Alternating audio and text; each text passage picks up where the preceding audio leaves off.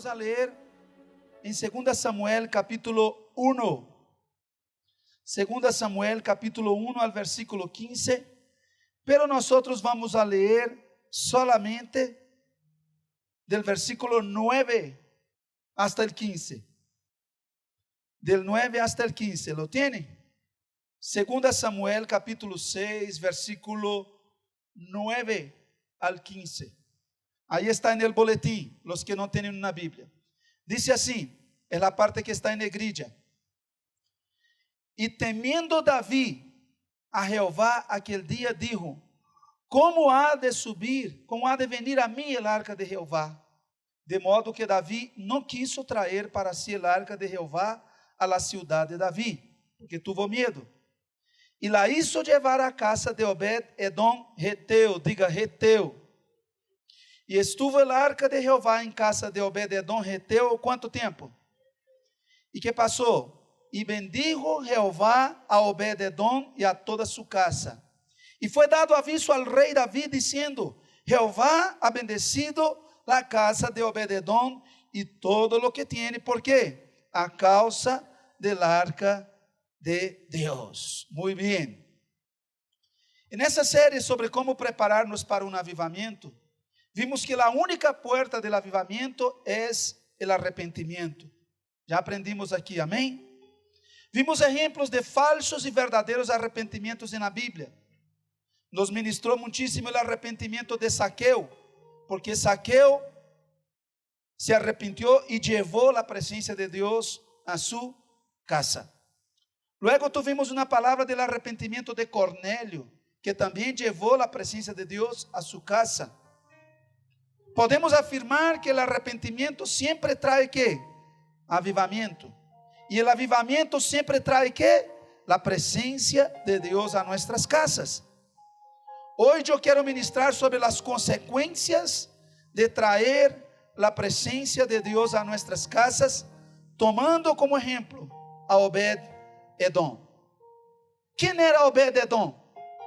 Antes de explicarte quién era Obed-edom, te voy a explicar por qué David tuvo miedo de llevar la presencia de Dios a su casa.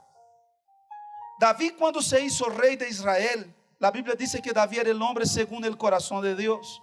Él amaba la presencia de Dios más que cualquier cosa en su vida. Y David sabía que en el templo de Dios estaba el atrio, el lugar santo y el lugar santísimo. En el lugar santísimo, que representa nuestro espíritu, estaba un arca que representa la presencia de Dios en plenitud. El trono de Dios, la gloria de Dios. Era un lugar tan sagrado que nadie podía entrar, sino el sumo sacerdote una vez al año. Una vez al año. Y cuando entraba tenía que tener una cuerda amarrada en la cintura, porque si él muriese allá adentro porque estaba en pecado, no confesado, si muriese por la presencia de Dios, si lo consumiera la presencia, nadie podía entrar a sacarlo, si no moría también. Entonces esa soga era para, si él muriese, para que lo jalaran sin que nadie entrase. Solo Moisés podía entrar, y el sumo sacerdote una vez al año, porque Dios decía: porque con mi siervo Moisés hablo cara a cara. Tremendo. Ahora, en el Nuevo Testamento, la Biblia dice que Jesús entró en el lugar santísimo una vez por todas, rompió el velo que nos separaba, y la presencia de Dios que estaba allá vino a morar en nosotros. Nosotros somos ese santuario. Nosotros somos hoy que llevamos la presencia de Dios. Pero el arca que representa la presencia de Dios, volviendo al tema, eso fue una explicación alargada, pero quiero volver aquí al punto. David se hizo rey de Israel. El arca que representaba la presencia de Dios en el Antiguo Testamento, estamos hablando allí, de esa situación. David dijo: no quiero que el arca esté allá relegada. Yo quiero que el arca venga para la capital y que esté en el palacio. Yo quiero honrar la presencia de Dios. Reunió todo Israel y fueron a buscar la presencia. Y cuando venían trayendo la presencia de Dios, como eso era algo nacional, había muchas personas que estaban allí queriendo aparecer, queriendo protagonismo, queriendo estar adelante y tomar fotos con David, selfies y todo eso. Y colocar en Facebook, yo con el rey David subiendo el arca. Y a Dios no le gustó esa fiesta, ese show. Y hay un hombre en la Biblia que se llama Uzá. Y cuando el arca de Dios se iba resbalando, porque llevaban en un carro de madera, ese hombre llevó la mano para sostener el arca. Y la Biblia cuenta, perdón, David no, la Biblia, que la presencia de Dios se enojó. Y la presencia de Dios fulminó a ese hombre, quedó muerto ahí. Cuando ese hombre murió, se acabó la fiesta. Todo el mundo quedó temblando de miedo y dijo, vamos a morir todos. Que angustia. Y David comienza a llorar en la presencia de Dios. Y la Biblia dice que David tuvo miedo de la presencia de Dios. Y David dijo, ¿cómo así? No es cualquiera que puede tocar la presencia de Dios. Y todos somos pecadores. Y David comenzó a llorar y dijo, ¿cómo voy a traer a mí la presencia de Dios? Y David se levantó con un temor tremendo y dijo, ¿hay alguien aquí que se atreve a llevar el arca de la presencia de Dios a su casa? Y nadie quiso. Ningún sacerdote, ni los príncipes, ni los capitanes del ejército, ni el propio David. Tuvieron miedo y dijeron, si yo la llevo, Dios me va a matar también. Porque Dios sabe que soy pecador. Si mató a ese tipo ahí, solo porque quiso sostener el arca, ¿qué va a hacer de mí? Y un hombre en medio de la multitud, que no era parte del pueblo de Dios, era Geteo. ¿Sabe qué significa ser Geteo? Él era de Gat, una ciudad de los filisteos, de los peores enemigos del pueblo de Israel. ¿Usted se acuerda cuando David luchó con Goliat? ¿De dónde era Goliat? De Gat. Gat era paisano de Obed-edom. E Obed-edom possivelmente estava no dia da batalha que Davi venceu a Goliat, em que Goliat, quase 3 metros de altura, um guerreiro de nascimento que já havia perdido a conta de quantos homens havia matado, desafiou a Davi, um pastorcito de 14 anos, que só tinha um palo na mão, mais flaco que uma varilla de bus. E Davi desafiou a Goliat porque Goliat desafiou a Deus. E Obed-edom possivelmente estava allí nesse exército del lado de los enemigos de Deus. E ele escutou quando Goliat dijo, niño, hoy voy a arrancar tu cabeza. Pero ele escutou também quando Davi dijo, oiga grandulón, tú vienes a mí con espadas, pero yo voy contra ti, en el nombre de Jehová de los ejércitos, al cual tú has desafiado. E ele se preparou para o show, porque Davi ia ser bocadillo para Goliat. Pero quando Davi vence a Goliat com uma onda, Obed-edom foi um de los que quedou assim, que Deus é este? Que Deus é este? Quero conhecerlo. E se trasteou para Israel, e se convirtió al pueblo de Deus, e dijo, eu quero ser um de ustedes. Eu quero conhecer esse Deus. Eu he estado adorando falsos dioses mi vida inteira, imágenes que não podem salvar, pero esse Deus que ajudou esse niño, eu lo quero conhecer. E estava allí nesse dia. E quando Davi perguntou, quem vai levar o arca para sua casa? Vaya surpresa, se levanta Obed-edom, que já não era mais de los enemigos, hacía parte del pueblo de Dios, pero seguía siendo un extranjero, porque la Biblia dice que él era extranjero. Tenía la nacionalidad, pero seguía siendo extranjero. Geteo. Y la Biblia dice entonces que él dijo, yo quiero llevar. Y David se asustó. ¿Cómo así? ¿Usted no tiene miedo? No, Señor. Yo quiero la presencia de Dios. Yo sé cómo tratar la presencia de Dios. Y les voy a enseñar, la voy a llevar. Y David dijo, ¿alguien más? ¿Alguien más? Nadie. Nadie quiso. Dijo, pues bueno, allá usted, hermano. Con mucho cuidado, los levitas, que eran los únicos que podían cargar el arca, llevaron para allá. Y Obed-edom, cuando supo que el arca iba para su casa, ¿sabe qué hizo? Fue adelante y preparó el mejor cuarto de la casa. Lo mandó limpiar, pintar, pañetar, decorar, de todo. Y reunió su familia y dijo, a partir de hoy, la presencia de Dios va a estar en esta casa. Não quero escutar mais palavras soeces. Não quero escutar gritos e maltrato. Não quero ver coisas deshonrosas nessa casa, porque a presença de Deus vai habitar aqui. Chamou a seus filhos, a sua esposa. Ele se preparou para receber a presença de Deus. E quando vieram e deixaram o arca allí, puseram nessa porta. E Obed-edom todos os dias adorava nesse quarto, ministrava a Deus, chamava a sua família, seus servos, e predicava e dizia: esse Deus é bueno. Eu não sei como a gente de Israel não se dá conta. Eu vine de tierras lejanas por causa de las promessas de esse Deus nessa terra. E os que nasceram aqui não se dão conta. E começou a servir a Deus com alegria. E depois de 3 meses, Davi pensou: não escuto nada deste homem, seguro foi fulminado, seguro já não existe, seguro que Deus já o matou a ele e a toda a sua família. Eu não quero nem acercar-me a essa casa, que nem sequer é judío.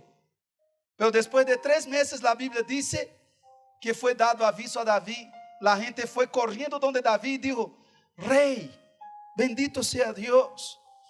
A casa de Obed-edom todavia vive, não só vive, está gordo, fuerte, bendecido, lleno del Espírito e próspero, porque a presença de Deus em sua casa bendijo toda sua casa. Davi disse: ¿qué?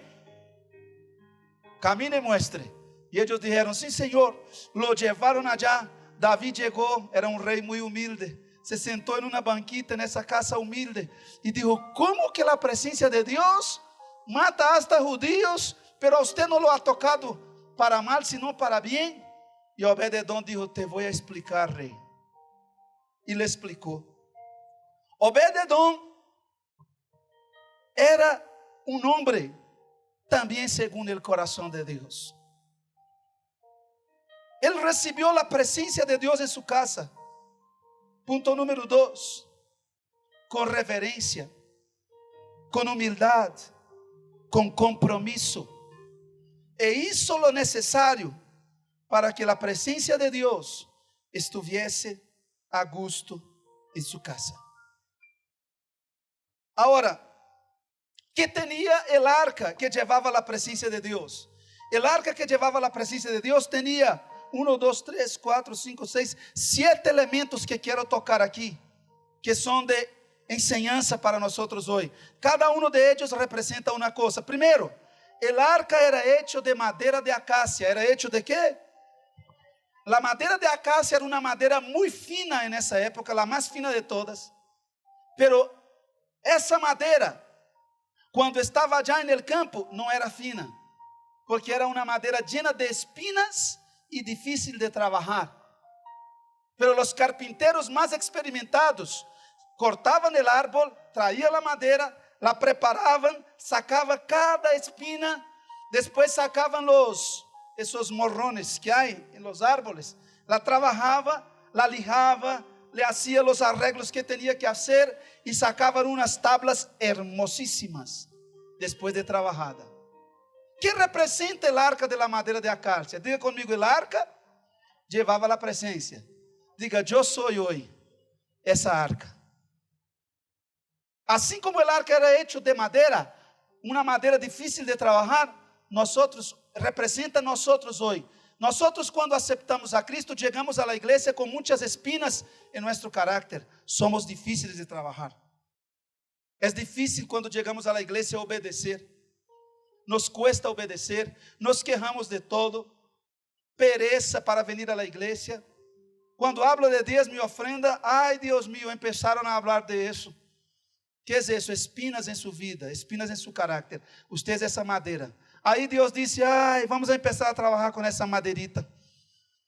Aí Deus começa palavra, oração, ayuno, começa a permitir uma pruebita de vez em quando em tu vida, porque quando você se vai olvidando de humilhar-se, Deus permite uma pruebita para tê-lo aqui de rodilha outra vez. Ai Deus mío, ajuda-me. E aí Deus vai sacando as espinas. Em alguns Deus leva meses sacando espinas, em outros Deus leva anos, em outros Deus leva décadas sacando espinas, preparando a madeira. Depois que a madeira estava preparada, a arca foi construída. E aí, segundo elemento, a arca era cubierta de ouro. Diga, cubierta de ouro. O que significa isso? Diga, o ouro é a glória de Deus. O ouro na Bíblia representa a glória de Deus. Então, quando a arca estava terminada, la cubrieron de ouro. Significa, quando nós nos deixamos formar por Deus, quando nos deixamos corrigir por la palavra de Deus, quando bajamos a cabeça e decimos: Senhor, eu quero madrugar, quero ayunar, quero orar, quero contribuir, quero diezmar, quero ganhar almas, quero fazer o processo de glória. Senhor, trabalha comigo. Aí Deus envia um líder para trabalhar contigo, para exigir-te. Quando termina de trabalhar contigo, de formar-te para servir, eres cubierto de la glória de Deus. La glória de Deus te cubre. Aí a gente te mira a ti e não te vê a ti, sino que vê a glória de Deus em tu vida. Igual que el que mirava el arca não veia a madeira, sino que veia o ouro. Porque começas a parecer-te com ele quando te deixas transformar. Quantos aqui querem deixar-se transformar? Quando te deixas transformar, eres transformado, aí eres cubierto de la glória. Sigue a madeira, sigue o ser humano no fundo, pero está cubierto de la glória. Que tinha el arca mais? El arca tinha el maná dentro. Quem se acuerda que era el maná? El maná, la Bíblia diz que é comida de los ángeles. La comida que el pueblo de Israel comió durante 40 anos en el desierto. Todos os dias eles salían, quando se despertavam, ai, Senhor, buenos dias, já estava o desayuno. O Espírito Santo decía: abra os olhos. Quando abriam, lleno de pan, em la puerta de la casa, em la puerta de cada um de ellos, Deus mandava o pan. Aí estava, 40 anos. Que coisa tão impressionante. E quando quiseram comer carne, Deus mandou também. Pero bueno, detengámonos en el pan. El maná estava dentro del arca. E isso significa alimento, provisión, prosperidade. La presencia de Deus, aonde ella llega, lleva provisión. Quando la presencia de Deus está en una casa, hay provisión en esa casa. Quando la presencia de Deus está en una persona, hay provisión en esa persona. Há outros símbolos, há outros significados del maná, pero quero detener-me solo neste: provisión, alimento. Que era lo que havia mais dentro del arca? Las tablas de la ley. Diga, tablas de la ley. Que significa las tablas de la ley? Diga, palavra de Deus. Ou seja, palavra revelada. La lei significa direção para nossas vidas. Palavra de Deus revelada. Quando a presença de Deus está em nossa casa, em nossa vida, nós nunca mais vamos a estar confundidos. Sempre tendremos a direção de Deus. O Espírito Santo nos guia, nos habla. Puede que a vezes a pessoa lute para ser a voluntade de Deus, pero que sabe qual é a voluntade de Deus, la sabe. Usted a vezes lucha, pero usted sabe que é o que Deus quer de usted. Ai, seguro que sim. Pastor, eu não sei o que quer Deus de minha vida. Se você é creyente, você sabe. Pero você luta por não querer fazer. A vezes, e aí diz, não sei. É escapismo dizer não sei. Você sim sabe. Pero declaro no nome de Jesus que todos aqui não vão a lutar mais com Deus. Vão a lutar consigo mesmos. Porque vão a rendir-se totalmente a Cristo e a ser a vontade de Deus. Quantos dizem amém? O que mais havia dentro da arca? A vara de Arão. Diga, vara de Arão. O que significava a vara de Arão? Oh, tem tanto significado a vara de Arão. Vou tentar resumi-lo. Primeiro significava autoridade. Porque houve uma peleia no povo de Israel para ver quem era o mais grande. Porque diziam, como assim que Deus só usa Moisés e Arão? E Moisés disse, tranquilos, eu não pedi para estar acá, foi Deus que me puso. E a meu irmão Arão, lo mismo. Se vocês querem pelear, peleiem com Deus. Se Deus me saca de acá, tranquilo, Yo soy feliz allá. Es más, usted no sabe la responsabilidad que es. Pero todos los que quieran mi puesto pueden cogerlo. Cuando Moisés dijo eso, la presencia de Dios vino a la congregación y dijo: ¿quiénes son ustedes que hablan así de mi siervo? Pongan 12 varas delante de mí, una representando cada uno una tribu de Israel, y al que yo escogiere florecerá. Y todas las 12 varas estaban ahí secas, y la de Aarón floreció. Cuando la de Aarón floreció, la gloria de Dios apareció en el templo y dijo: ¿quién va a hablar contra mi siervo Aarón? Todos se callaron. Y Dios dijo: Moisés, ponga la vara también dentro del arca, para que nunca se olviden que yo escogí a mis siervos y que ellos tienen autoridad para hablar de mi parte, y que quien pelea con mis siervos pelea conmigo. En otras palabras, la autoridad de Aarón. Cuando hay presencia de Dios en su vida, usted tiene la autoridad de la vara de Aarón para reprender demonios, para sanar enfermos, para orar contra cualquier situación, decir: en el nombre de Jesús de Nazaret, yo ejerzo la autoridad que yo tengo como hijo de Dios, y el demonio tiene que salir corriendo. ¿Cuántos dicen amén? Autoridad de Aarón. Todo eso tiene que estar dentro del arca, que soy yo que llevo la presencia de Dios.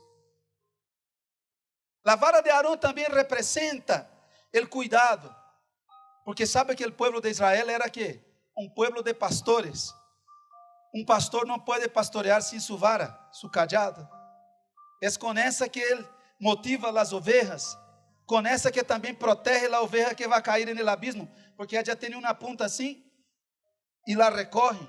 Y es con esa también que le da duro a la ovejita que no quiere obedecer. Era un instrumento de trabajo precioso. Pero ¿qué más había? Escucha bien. Sobre el arca habían 2 querubines así. Uno hacia acá y el otro hacia allá, así. Esos 2 querubines representan el Padre y el Espíritu Santo, porque Jesús dijo: el que cree en mí, yo y el Padre vendremos y haremos en él morada. Somos la casa del Padre, del Hijo y del Espíritu Santo. Pero también representa algo tremendo. La Biblia dice en el Salmo 34:7: porque el ángel de Jehová acampa alrededor de los que le temen y los libra. Cuando nosotros tenemos la presencia de Dios en nuestra vida, los ángeles están a nuestro alrededor protegiéndonos. No tengo tiempo de contar las experiencias que he tenido, en que yo sé que los ángeles han estado conmigo. A veces sosteniendo el ala de un avión en que yo voy dentro.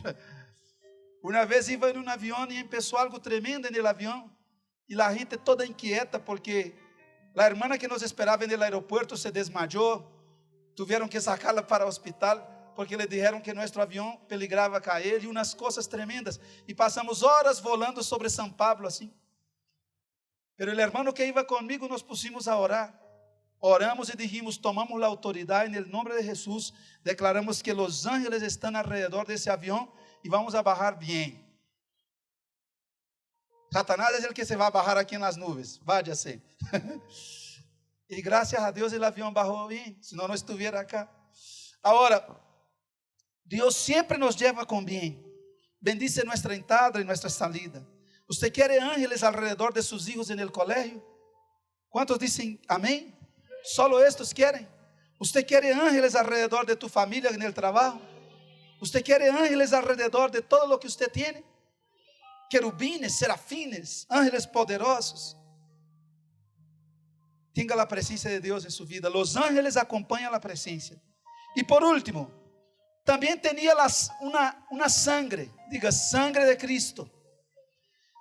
Los 2 querubines estaban así adorando en el arca, pero en medio de ellos había como una lamparita, y en esa lamparita estaba la sangre del cordero que era derramada en sacrificio por los pecados, que representa la sangre de Jesús.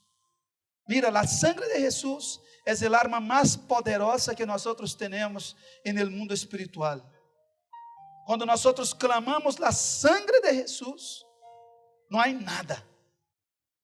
La sangre de Jesús foi derramada en la cruz para romper toda maldición, para limpiarnos de todo pecado, para traer vida, prosperidad, liberación y sanidad. Ahora, así como el pueblo de Israel aplicaba la sangre del cordero en la puerta para que el ángel de la muerte no los tocara, nosotros tenemos que aplicar la sangre de Jesús en nuestra vida, en nuestra familia, en nuestra empresa, en nuestro ministerio, cuando la presencia de Dios está en nuestra vida. Eso tenía el arca. Eso fue lo que Obed-edom llevó para su casa. Y eso es lo que usted puede llevar hoy para su casa. La presencia. El tema de ese mensaje hoy, no lo dije al principio, se me olvidó, es trayendo la presencia de Dios a mi casa. Como lo trajo Zaqueo, como lo trajo Cornelio, como lo llevó Obed-edom. Y quiero terminar hablando sobre los 3 niveles de la presencia de Dios en nuestras casas. El primer nivel para llevar la presencia de Dios en mi casa, el primer nivel de la presencia de Dios en mi casa es el devocional. Diga, el devocional. Amén. ¿Qué es el devocional? Es cuando usted madruga todos los días, antes de salir a trabajar, una horita antes, se consagra a orar y a leer la Biblia. Eso se llama devocional. Si usted tiene dificultad de hacer el devocional en su casa, venga a hacerlo aquí en la iglesia. Aquí lo hacemos todos los días a las 5 de la mañana. Es una hora de oración, una hora de buscar el rostro de Dios. Y te garantizo que usted nunca sale de este lugar como entró, porque yo no salgo. El devocional es el primer nivel para llevar la presencia de Dios a nuestra casa. Comprométase con Dios a hacer el devocional en tu casa todos los días, tú solo con Dios, no con tu familia ni con nadie, tú solo con Dios. Pero después que hacemos el devocional, porque antes de ser el Dios de mi familia, Dios quiere ser el Dios de mi vida. Dios es un Dios personal. ¿Cuál es el segundo nivel de la presencia de Dios en mi casa? Diga, altar familiar. ¿Qué es el altar familiar? Es cuando usted reúne su familia una vez por semana. Apagan la televisión, apagan los celulares, desconecta el internet para que no haya tentaciones. Yo apago. Ahorita no hay internet en mi casa hace 3 meses y me está gustando muchísimo. Pero si llegamos a poner internet otra vez para que los niños hagan tarea en los colegios, yo voy a tener una hora todos los días en que apagamos. No es 24 horas porque eso se presta para cosas malas, tentaciones. Se va a apagar a las 8 de la noche todos los días, si llega a haber, porque no tengo ganas de colocar. Pero bueno, si usted quiere tener internet, la hora del devocional, apaga el internet un poquito, apaga el modem, el wifi.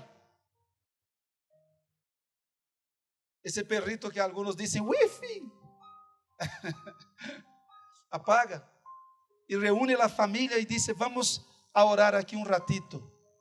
Que el centro de nuestra familia no sea la televisión, no sea el internet, sino sea la presencia de Dios. El altar familiar. Y por último, el tercer nivel de la presencia de Dios en nuestra casa. Cuando tu casa tiene un grupo de crecimiento. Diga, grupo de crecimiento. Amén. Mira, tener un grupo de crecimiento en nuestra casa. Tener un grupo de crecimiento en nuestra casa no es fácil, porque es servir a la gente. Pero es el nivel más alto de la presencia de Dios en tu casa. Aquí hay hermanos en la iglesia que tienen grupos en sus casas, hay otros que quieren tener. ¿Usted se acuerda cuando Zaqueo llevó a Jesús a su casa? ¿Qué fue junto con él? Una multitud. Yo quiero hacer aquí en la iglesia, voy a hacer para el mes entrante un afiche que vamos a regalar a cada persona que tiene un grupo en su casa. En ese afiche yo voy a colocar una oración declarando todas las bendiciones de Dios sobre esa casa que tiene ese grupo. Porque así es. Ya cuando mi casa, no solamente la presencia de Dios es para mí, ni solo para mi familia, sino para mi vecindario. La presencia de Dios. El nivel más alto. Devocional, altar familiar, grupo de crecimiento. ¿Usted sabe qué pasó quando Cornélio levou a presença de Deus a sua casa? Imediatamente começou um grupo, e Pedro era o líder. E allí começou a primeira igreja que não era de gentiles, de judíos, sino de gentiles, perdão. E foi allí que o evangelho chegou a nós, desde allí. ¿Qué passou com Zaqueu quando dijo Jesús: hoy estaré en tu casa? Jesús levou todos sus discípulos. E Zaqueu dijo: não, Senhor, el almuerzo es solo para usted, não é para todo el mundo. Foi assim? Zaqueu dijo: não, é para todos. E a partir de hoje, es mais, eu consagro todo lo que tenho al Senhor e a mis hermanos. A presença de Deus.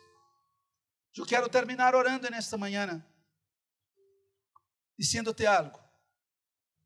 Muitas vezes a gente diz assim: pero pastor, que tanto presença de Deus, que tanto reunião, que tanto oração, que tanto ler a Bíblia, que tanto reunião, que tanta coisa. Eu vou contar uma história. Uma vez um muchacho le dijo al pastor: pastor, voy a la iglesia hace como 10 años, he escuchado miles de prédicas, pero no me acuerdo de ninguna, sino una u otra. Y si no las acuerdo, ¿cómo será? Si ni me acuerdo, ¿cómo las pongo en práctica? Así que yo creo que los pastores están perdiendo tiempo en predicarme y yo estoy perdiendo tiempo en ir a la iglesia, entonces no voy más. ¿Qué me dice, pastor? El pastor le dijo: te voy a contar una otra historia. Yo estoy casado con mi esposa hace como 20 años.